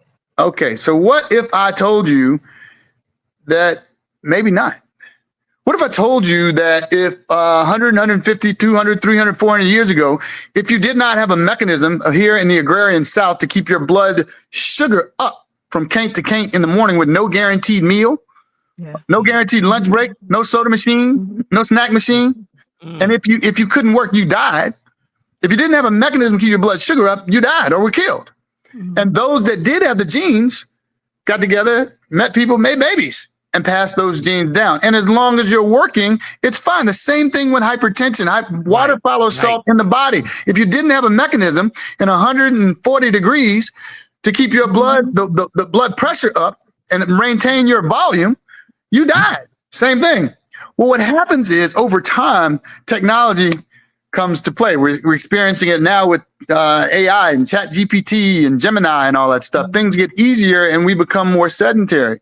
Over time, you could eat as much. You could pile it up and meter it out during the day. You could load up and drink during the day because you're working it off. If you look at the pictures of our ancestors, our great-grandparents, our great-great-greats, from here up, they look like they 80, 90 years old because they were, but from here down, they look like gods and goddesses because they Right. worked. Everybody worked. Well, as with time went on, we got the cotton gin, we got tractors, we got automation, we got cars. We get now, and we also have the availability of food. You can eat while you're driving. You can eat while you're walking. Eat while you're talking. You can eat while you're eating. I've been guilty. I eat my dessert first so I can make sure I can get to it. Right. The point is, what if this were a superpower? And just because you're predisposed, everyone in my family's diabetic, but I don't have diabetes. Your epigenetic, your health is determined 20% by your genetics and 80% by your environment. That's How right. you interact with your environment. If you have the genes that predispose you to these superpowers and you click them on, it's not that you can't live a long and happy life. You just have to turn it off and know that that flip has been switched. I don't know if you watch X-Men, right? There's one, the Right. guy with the eyes, he had the laser in it. Cyclops. Yeah. It was Professor X had to teach him to put on the glasses to control his superpower. And that's exactly what you're doing. You said it yourself. It's more dangerous to walk around with low blood sugar than high, which means that you've triggered your superpower from your ancestors for you to survive, but you have to learn to control it by knowing your diet, going to your doctor, getting checked, eating healthy foods in smaller portions, getting fit, and exercising, finding something that you like to do and do it. Use your glucose monitor so you don't have to stick your fingers anymore. Drinking your water, getting your sleep. And that's diabetes from a historical perspective. Instead of seeing it as something just so negative like a plague, oh my gosh, it's something that if I have the superpowers turned on, I don't want to turn it on. And if I live like I have diabetes now, maybe, just maybe, I'll never be diabetic. I'll never cross the threshold because I'm managing my weight. I'm managing my foods. I'm exercising. I'm sleeping. I tell everybody we should all live like we're diabetic. Amen. So Amen. go into the gestational diabetes, So- and I did mention about protein in the urine, which may or may not be related to the diabetes, but I'll leave that to you. So gestational diabetes, gestational means it's just during pregnancy. Gestation, that's what week's gestation you are. Pregnancy is a stress on the body. It can be the stress that can tip you over. Your body, your pancreas might be sitting there like, hey, whoa, this is a little too much. Whoa, I can't manage. I'm eating for, my daughter just had twins. Hold on, we eating for 3 people? Whoa. And the pancreas can get a little stressed and then go away when the stress goes away. But it says now think about what I just said. My sister was told the same thing. You need to be on the lookout now to become diabetic for the rest of your life. Why? Because someone has tickled that switch for the superpower to come on. And you don't want to get into a situation where it's turned on again and you're not pregnant and it won't go away. Does that make sense? What happened? And I experienced that. Hanifa experienced that with herself. What about the protein in the urine? So protein in urine can give indications of damage or injury to your urinary tract. It can be from your kidneys all the way down. It could be from an infection at the urethral opening. It can be from the fact you can have protein and sugar because you've damaged the web, the net so much that you're spilling sugar and you're spilling protein. Because here's the thing. Just like that net, I'm looking at the screens out my windows. If you punch a hole in it, I can put a piece of tape over it. Right. I can That part. do my best to try to sew it and stitch it, but it'll never be the same. Correct. The damage is done, which is why they grade the level of kidney disease that you might have.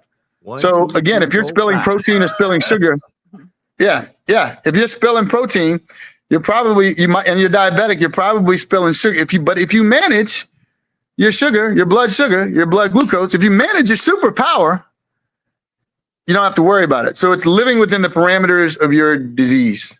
Is there any way of reversing some of that damage that like people have neuropathy? From what I'm hearing, once you damage the nerves, there's no reversal. No, well, that's not necessarily all the way true.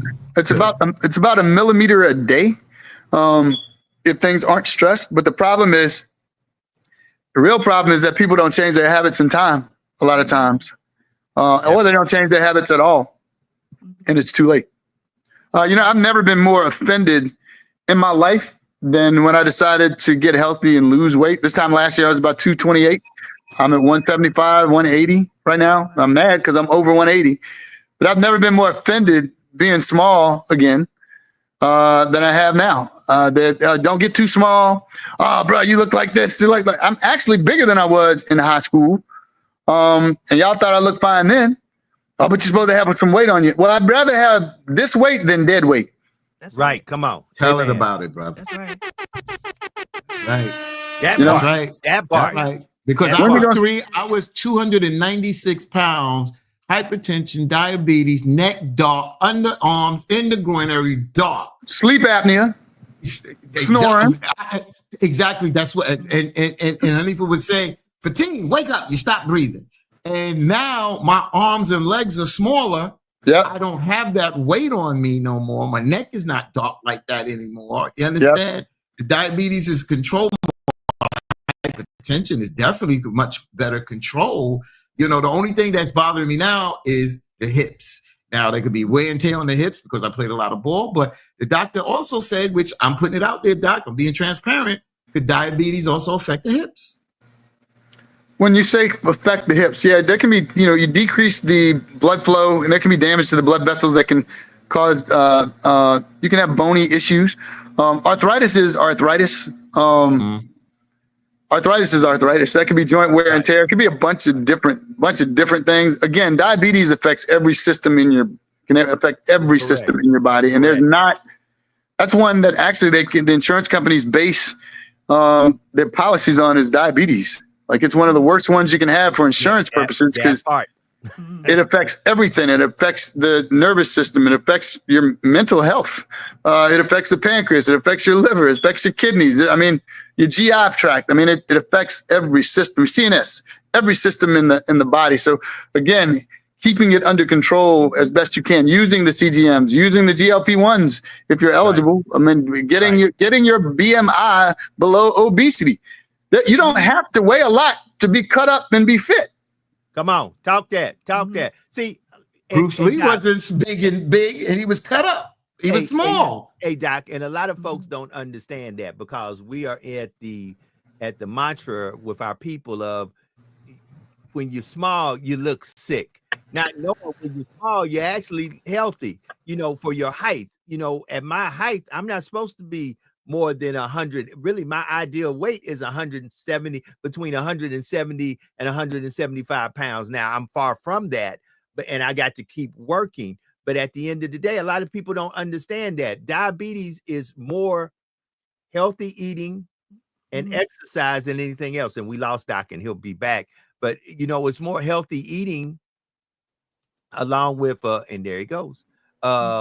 It's more a healthy eating, exercise, and understanding this ebb and flow of your sugar, because like you said, kidney disease, once it strikes in, whatever level, you can't go back. Right. You can't. Like for example, I'm stage 3 kidney disease. So somebody said, make that plain for me. I'm 57 years old. My kidneys act like they're 80 something years old. Yeah. And what I can do is I can right now make it that I catch up with my kidneys, but my kidneys will never come back down to me. So when you know these type things, you got to know how to handle yourself, how to drink a lot. A lot of us don't know the drinking water. We drink all this craziness. Drink water. H to the 2 to the O is a monster. Yes. And can really help. Right. So let me give real quick with that. So full transparency, I have a high school class that we started on Get Check, Get Fit, Get Moving Mondays. Yesterday I did a media tour for HHS. But what happens is they'll watch my TV segments. It's a STEM class and robotics class at the high school here. And they watch the TV segment, and then I go in on Google Meets and we talk about it, and I'm trying to encourage them, A, to go into public speaking, B, go into STEM sciences, and we talk about the segment. And today we're talking about mental health. We weren't able to do it yesterday, so they want me to do it today. And the high school kids are pinging me right now to come in. So I'm gonna have to cut it short a little bit, guys. I'm sorry. Okay. That's fine. But I want to say this about water. If you truly are what you eat, and we want to be healthy, right? Mhm. The body is made up of 60 to 70% water, proteins, carbs, fats, with a little sugar and salt sprinkled in, right? If that's the case, what should we be consuming most? Water. Mhm. That's right. What's the thing that people consume the least? Water. H2O. Exactly. You should have a water. Every time you put something in your mouth, you should be drinking water, constantly replenishing. You feel better. It only takes being dehydrated 1.5% for you to experience brain fog. Have you ever had taken a sip of water and you didn't realize you were that thirsty, and all of a sudden it's like the whole bottle's gone or the whole cup, and you feel it. You're like a little kid. Ooh, I feel it going all through my body. Ooh. Mhm. Water, water, water. The thing to dilute your blood sugar if it's high is water. And exercise. It stabilizes what's called your glycemic index. Glycemic index is basically keeping your blood sugar on a train track, keeping your blood sugar at a stable level throughout the day without the highs and lows. Because guess what? It's like, as opposed to running at those stoplights, smashing the brakes, smashing the gas. You ever catch one of them streets like down here, Canal Street? You catch it right, and you go for 2 miles, and you catch all the lights. That's what you're trying to do with your glycemic index. And that's what you can do by drinking your water, exercising regularly. And I can't emphasize enough the importance of sleep, especially phase 3. Everyone says REM sleep. That's great. That's a rapid eye movement. That's when you're dreaming, the whole 9. But phase 3, the phase right before that is restorative and regenerative phase. If not, you wake up in stress. Cortisol elevates your blood sugar. Epinephrine elevates your blood pressure. Oh. Does that make sense? Yep. Makes Definitely great sense. does. Definitely does. Doc, I know Thanks you're so getting much, ready to Doc. go. I got a quick question for you. Are you going to be in town for Bayou Classic weekend? Yes or Yes, no? I will be in town. I got a call about that. I have a float in the Bayou Classic Parade. I'm the official community medicine doctor for Bayou Classic. So look for us on the float on Thanksgiving Day. On Friday, I just got an email at 12:55 at the Hyatt Hotel in the Storyville room. I'll be moderating a panel on Black men and men's health. That Saturday, we have the walk, the official Doc Griggs 2 times a dome Bayou Classic Right. Family Fitness Fun Walk, and we're going to walk and go downstairs and go downtown, go down to the Health Hub at FanFest, the Department of Health and Human Services, the Louisiana Department of Health. I think we're talking to LCMC, and I will be there with my Xavier students doing blood pressure screens, trying to get people vaccinated, the whole 9, and then we're going to the game and kick it. I'll see you Awesome. at all those things. Yes. Except I won't be there Thursday for the parade, but I will be there Friday, and I will see you Friday. Thank y'all. And I'll Take see care, y'all Doc. next week. We'll do it again. All right, Doc. We Okay. can talk about menopause Right. next week, Doc Griggs. I need to Yes, learn the about men some will menopause. pause to talk about menopause. Yes. Eric menopause or something. Y'all take Take care. care. All right, Doc. All right. So Guys, Doc I got Griggs to was jump out in the too. I'm way building. over time. that was good. Yes, I want to get back to that video if we can, but go ahead, Jax. Yes, but no, I was gonna say I have to jump out too because I'm way over time. So I gotta handle some important stuff. So I love you guys. If nobody told y'all today they love you, y'all know who loved you, your girl Jax. So everybody go forward with your day and be safe, be healthy, be wise. Practice some of what Doc Griggs said because he gave us some very valuable information. So if you have diabetes, let's get it under control. If you're pre-diabetic, let's get that under control. And let's all just move a little more. Drink some more water, move, exercise. Walking around just day to day is not enough. We have to get out and actually put forth more of an effort, get that heart rate pumping, and we got to get ourselves together, y'all. Until next time, I love you. I'll see you soon. Peace out. Jax gotta go. Gotta go, Jax. Hey, Jax, what did I have for breakfast this morning? What was that watermelon you were eating? Watermelon shoot. water and tea with turmeric, lemon, ginger, peppermint, a little chai, and Beautiful. yeah, that was it. There you Beautiful. go. So Great job. Great job. I know I There can't you wait to go. have some breakfast. I need to make a smoothie, but I got to get back on the road. So I'll do catch your y'all thing, later. girl. Okay. Do All your right. Peace thing. out. See you, All Joe. right. Peace. Dr. Griggs was great. So Joe, let's hit that video one more time and let's check because I don't want to come back to it tomorrow because when we say like we said we're gonna talk about Mike Tyson, we didn't do that today. It's not really that. I'm not saying not big, but you know when we put things off to tomorrow, it just sometimes doesn't come back. So let's just hit that video one more time. And you're muted, bro. You're muted. You're right. Tomorrow may not come back. You are correct. Yeah. So let's go back to that video real quick. So folks that may not have seen it, let's hit that video and let's let me see. get some folks that were talking about it. That's is a scene coming out of what's the name of it? Scandal. It's actually Scandal. Let me hold on. Let me see. Can I do this better? Wait a minute. You keep talking and let me do something here. Hold on. We ain't got a lot of time, so that's what I'm saying. I know, brother. I'm going as fast as I can, my friend. Please. He's gonna try to find. He's gonna try to find the original thing. It's just not important. Okay. Yeah, just hit this one. Hold on.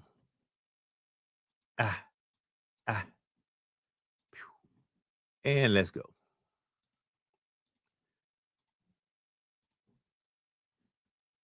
You people. You're not a race.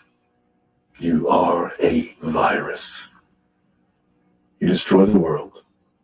Everything beautiful you poison. You drag us from our homes. You rape our daughters, murder our sons. You crack our spines and do all you can to break our will.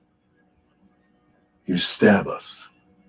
Then you put the knife in our hand and tell us it's our fault. And if you don't do it yourself, you stand by, close your eyes, and pretend there's nothing wrong.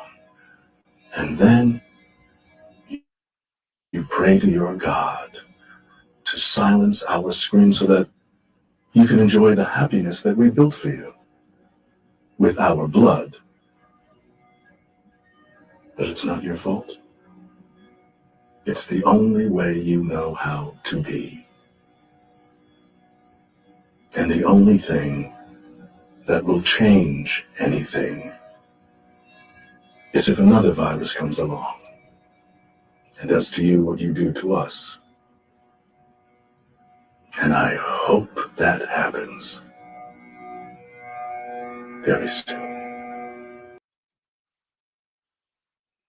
So I want to hear your comments on that, Joe, because I spoke. I don't want to double speak. I'll come back after you, but your thoughts. I mean, some folks, not all folks. Let me say this. Some individuals who are not melanated do have white supremacist ideology, and they feel that just like that video. They what he said was absolutely true when dealing with some non-melanated folks, especially those who have white supremacist and racist ideologies. Everybody's not like that. At the end of the day, we got to know who to deal with and who not to deal with. And if you know the contents of what happened in that scene in Scandal, he was basically just letting them know, look, man, y'all always try to put it on us when it's really y'all are the puppeteers. You try to make us seem like we're the ones, but we took the bait. If you watch the whole series, he talks about that later. We took the bait. You put the bait out there, but we took the bait. So, man, we got a long way to go in a short time to get there. I always say that. Brother Fatim, back to you. So when we look at this as individual, we get soft. We start saying what you say. Everybody ain't like that. This is not about individuals. It's about a group of individuals. I'm mixing some of the Bible with this a little bit. They talk about 200 fallen angels in the Bible. We talk about, in the Bible, it talks about the devil walking to and fro on the earth. When we start to look at this, this is not just about white supremacy in America. It just doesn't start with America. I'm going back to looking at the beginning of time and how the structure. Have we seen, if we talk about people in the Bible being black and Cain and Abel, and was there violence? Yes, there was violence. But has there been any other group of people in the history of mankind that we know of that has done what the Caucasian race, when Ibrahim in the Holy Quran, same thing, Just Hebrew name versus American name. Abraham is an American name. Ibrahim is a Hebrew name. Went into the what? Caucasus or Caucasus Asian. Caucasus Mountains is in Asia. Caucasian. And went to civilize those folks that were walking on all fours. Those people that was considered Amorites. Those people that were considered to be diseased by leprosy. Those that didn't have melanation in their body. I'm not worried about hurting people's feelings right now. I'm talking about the truth. Everywhere on the corner of this planet, they have brought destruction. They've killed, they've raped. And we, at the end of the day, think that they are a civilized group. I'm talking about a group and a mentality. So there are Caucasian individuals that are good-hearted people. But unfortunately, your sick, lost brothers and sisters have benefited, and you have benefited from this. We continue to have your foots on our necks. And if we don't understand this, that's why we can't get nowhere, because the first thing they do is they keep us not unified. We're not unified. They keep us there. They keep us with that mindset. Oh, everybody. It's not about throwing daggers. It's about understanding everything they touched, that they control, they destroy. Look at other dynasties that have fell. Greek, Rome. Look at all these dynasties that have fell that they were in charge of. When they went in and conquered. So I'm sorry, Joe. I can't worry about the good people. I'm sorry. There are good people out there. There are bad people in our race. Just like some people want to say white devils, there's black devils. I got it. But one thing, but black people have not been in control in every corner of this earth and brought destruction like the white race has.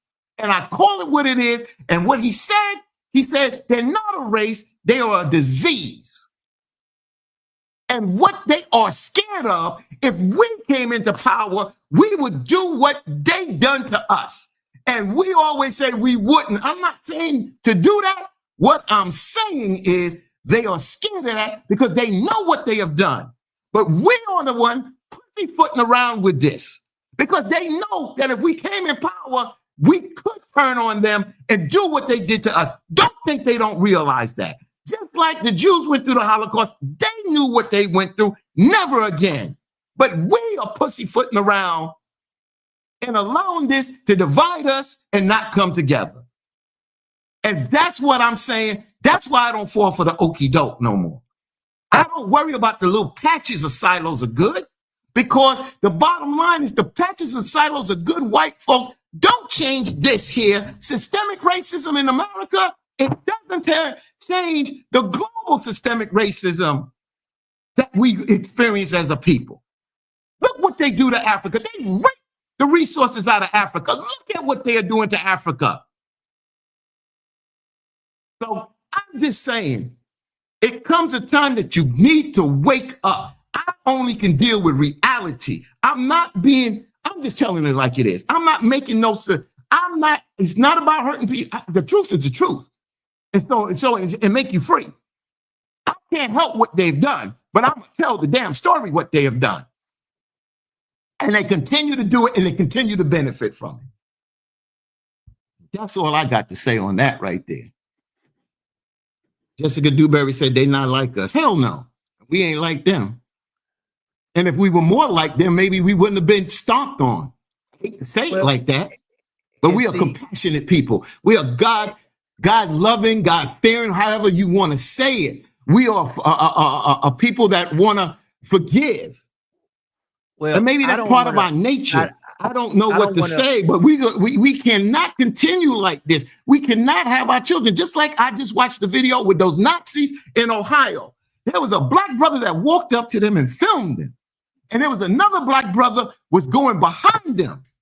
And the other brother said, yo, y'all come back out here in the nighttime. And then he yelled to the other brother, yo, bro, don't roll up on them. They got guns. Yo, bro, don't let your emotions get the best of you. Right. Listen. But like Michael Key said, try that crap in Harlem. Well, see, at the end of the day, we can't broad brush. I can't broad brush. You know, I understand your passion, Brother Fatim. And once again, it is nothing you said that wasn't untrue. It's not one thing I can sit here and say, well, Brother Fatim, you know, that wasn't the truth. That was very much the truth. Once again, the system, they control the system, Joe, and they control the system that we're under. We have to broad brush. We have to, because at the end of the day, the silos of good people in any race benefit from structural racism, brother. So hold on. Hatred. So hold on, Brother Fatim. Once again, I'm not disagreeing with you.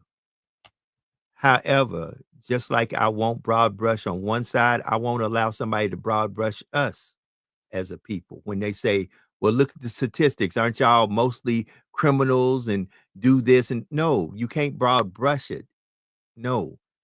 That's not the statistics. Okay.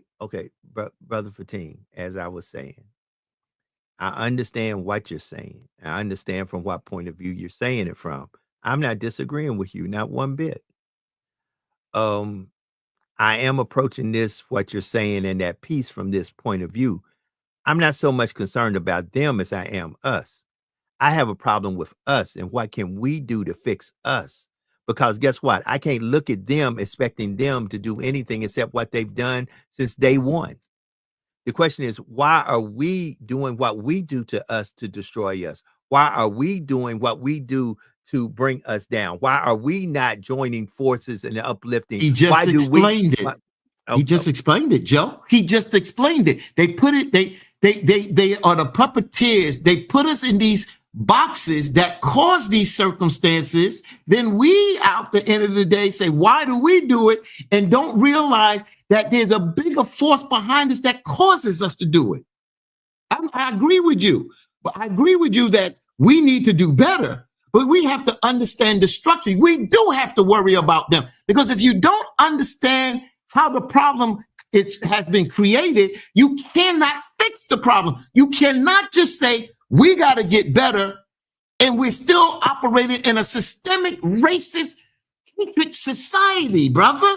You can't correct that if you don't correct the problem. But then, Brother Fatim, I have to sadly go to some of the things that I've read and ask myself this question. I, of my own free will, am a part of this country, this society, this nation. Then why don't, if I am that much disappointed, and if I'm that much feeling overlooked, why haven't I, along with others with the same mindset, created our own? And once again, I can't talk about the other side. I can't talk about, listen, I'm very cautious when I deal with non-melanated folks. I can raise my hand, and in my younger days, I have a child that's not 100% black, as they would say. His mother is Caucasian.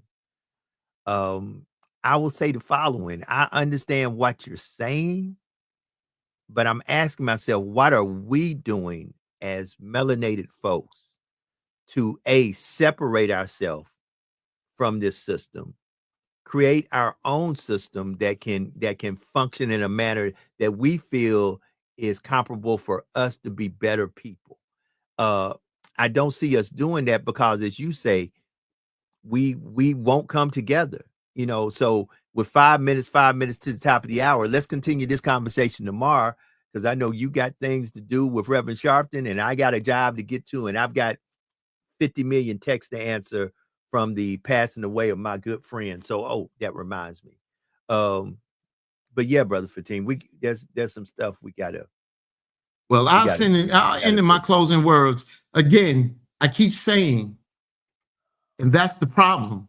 And this is no disrespect, Joe. We think small. This has nothing to do with just America. I just said, I just This brother just laid it out, bro. Sir, It's not just about, it's not. You said, why don't we come together and separate? I just explained, just like the brother said, they are a disease, a virus.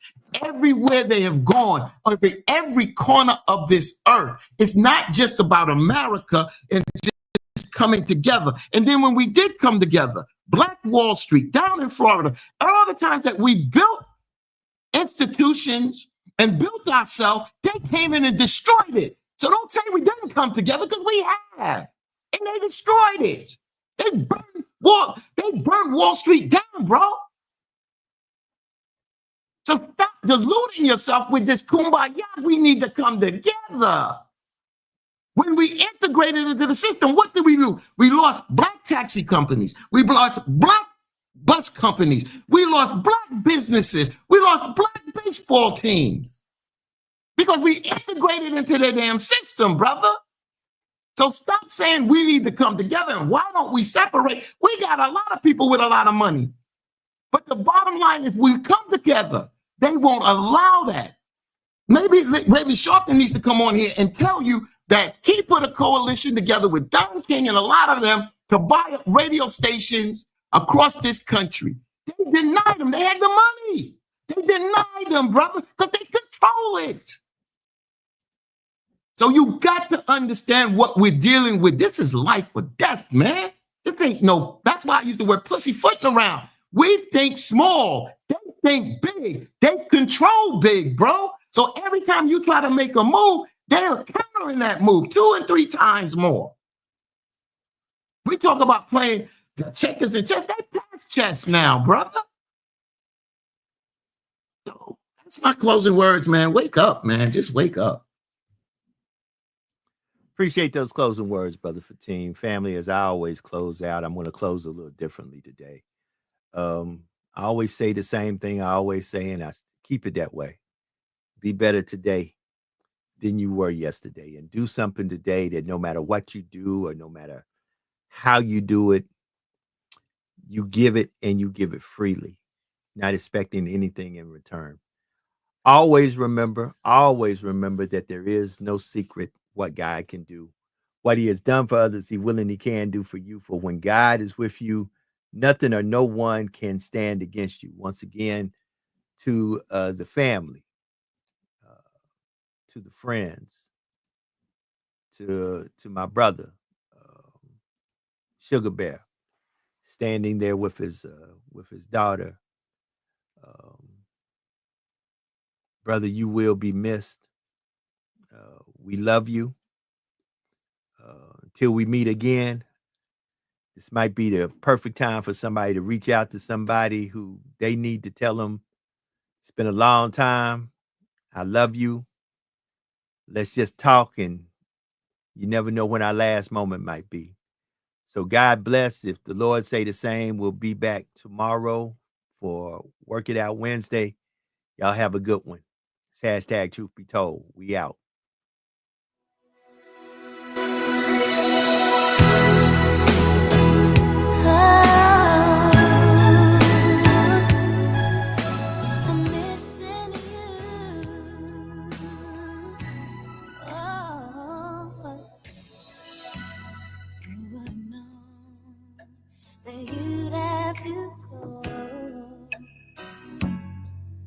So suddenly, so fast.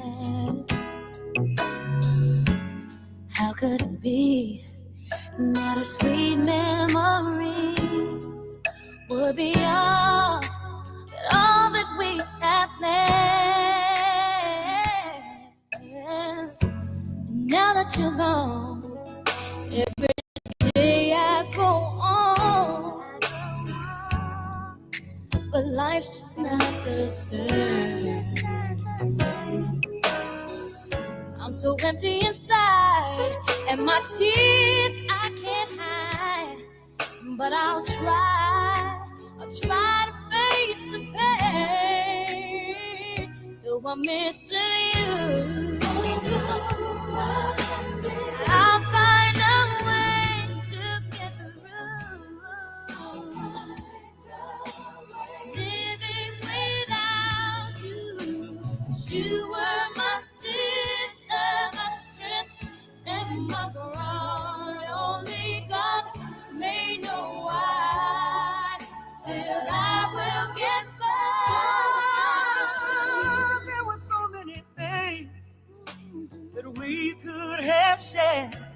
Uh-huh. If time was on our side. Ooh, yeah. Now that you're gone, I can still feel you near. So I'll smile with every tear I cry. Though I'm missing you, I'll find a way to go through. Living without you. You are my sister, my strength and my pride. Only God may know why. Still I will get by. Sweet, we're the closest to friends. Yeah. But I wait for the day when I'll see you again. See you again.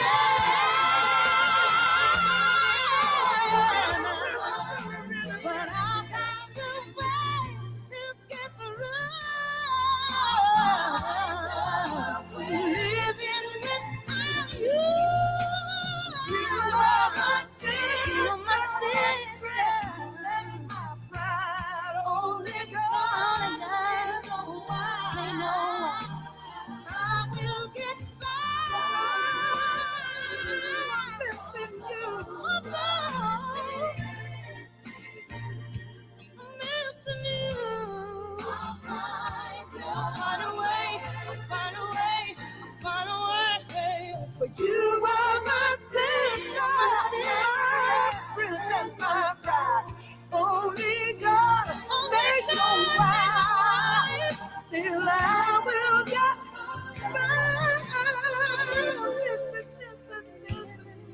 Missing you.